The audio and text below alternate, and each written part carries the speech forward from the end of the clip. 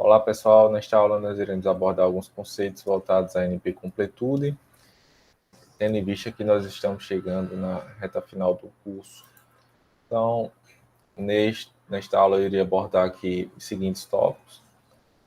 Vem a ser problemas de decisão versus problemas de otimização.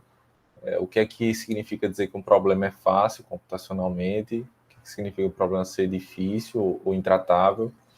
As classes que estão relacionadas a essa tratabilidade dos problemas e um conceito que é importante para a gente entender, que seria o conceito de redução, para que posteriormente nós possamos abordar o conceito da NP completude.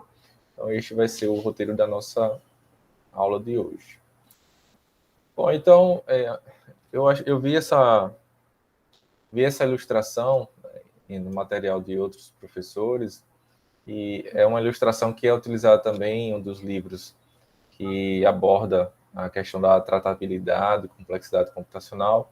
Achei bem interessante do ponto de vista de motivar, né, porque que é necessário que a gente entenda, pelo menos de forma mínima, a NP completude, tendo em vista esse aspecto teórico, né, e aí são lançadas três figuras, né, relacionadas ao tema. Num cenário hipotético, né, você pode estar tanto no ambiente acadêmico quanto no ambiente profissional, e você pode ser requisitado a tentar resolver um determinado problema. Então, sem a fundamentação teórica relacionada à NP completude, sem saber, né, sobre esses conceitos, você pode chegar a uma conclusão errada de que você não consegue encontrar uma determinada solução para aquele problema porque você, por exemplo, é incapaz. E ao longo da nossa aula, você vai perceber que essa conclusão ela pode ser uma conclusão precipitada, né, e não necessariamente correta, certo?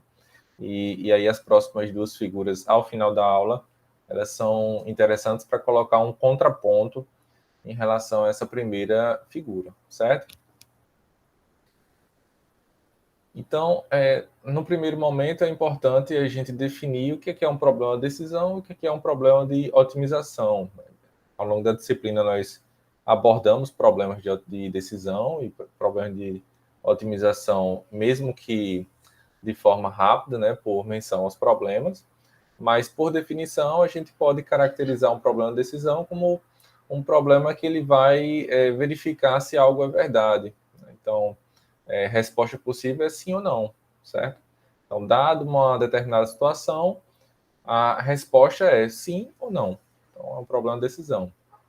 E já um problema de otimização, nós queremos maximizar ou minimizar algum objetivo.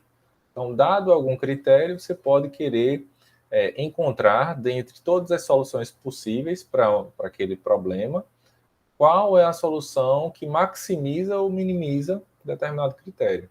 Então, existe essa diferença entre esses dois tipos de problema, certo? Então, aqui a gente tem dois exemplos, né? Um exemplo de problema de decisão e um exemplo de problema de otimização associado. Então, nós temos aqui o problema do ciclo hamiltoniano, e dado um grafo, existe um ciclo hamiltoniano para esse grafo. Então, isso aí poderia ser um problema de decisão, onde a resposta é sim ou não. Então, se você conseguir identificar que aquele grafo possui um ciclo hamiltoniano, a resposta é sim. Caso contrário, a resposta seria não, certo? E o problema correspondente de otimização seria, aqui a gente tem o problema do caixeiro viajante, que é dado um grafo ponderado, encontrar o ciclo hamiltoniano com menor custo total. Então, dependendo das características do grafo, ele pode ter diversos ciclos hamiltonianos, cada um com uma configuração diferente e, consequentemente, ele vai ter um custo total distinto, né? Vai ter um custo total diferente também. Então, nesse caso aqui, nós queremos minimizar o custo total, certo? Então, por isso que é dito um problema de otimização. Bom, mais dois exemplos, né? Aqui, nesse exemplo 2 de problema de decisão, nós temos o problema do caminho, dado um grafo qualquer, existe um caminho entre dois vértices, Então, dados vértices U e V, você consegue identificar um caminho entre eles. Então, aqui a gente novamente tem um problema de decisão e poderíamos ter o problema de otimização associado, que seria o problema do caminho mais curto, que a gente viu lá naquele tópico do algoritmo do Dijkstra, né? Então, dado um grafo ponderado, encontrar um caminho de U a V com custo mínimo.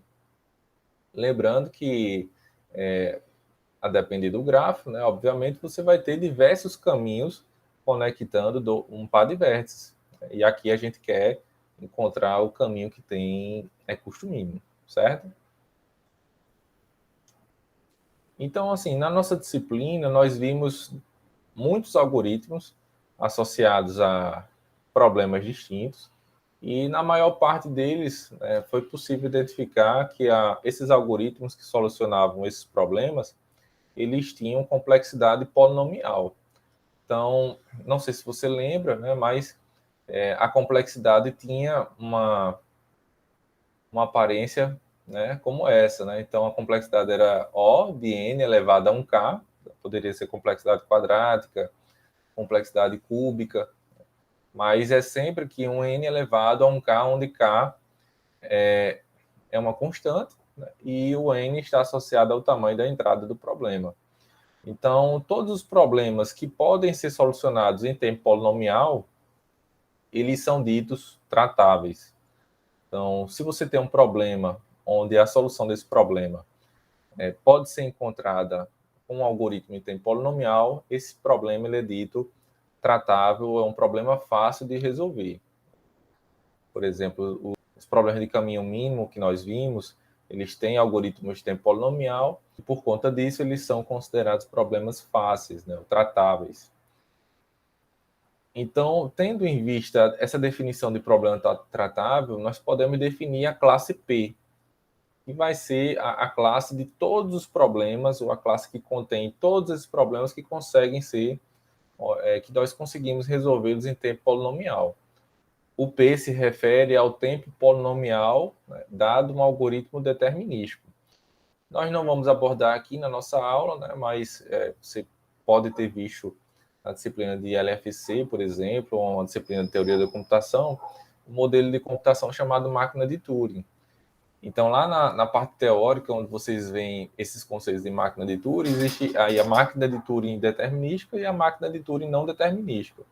Então, aqui a gente se refere a um algoritmo, um modelo de computação determinístico que consegue resolver o problema em tempo polinomial, certo? Então, aqui a gente tem a classe P.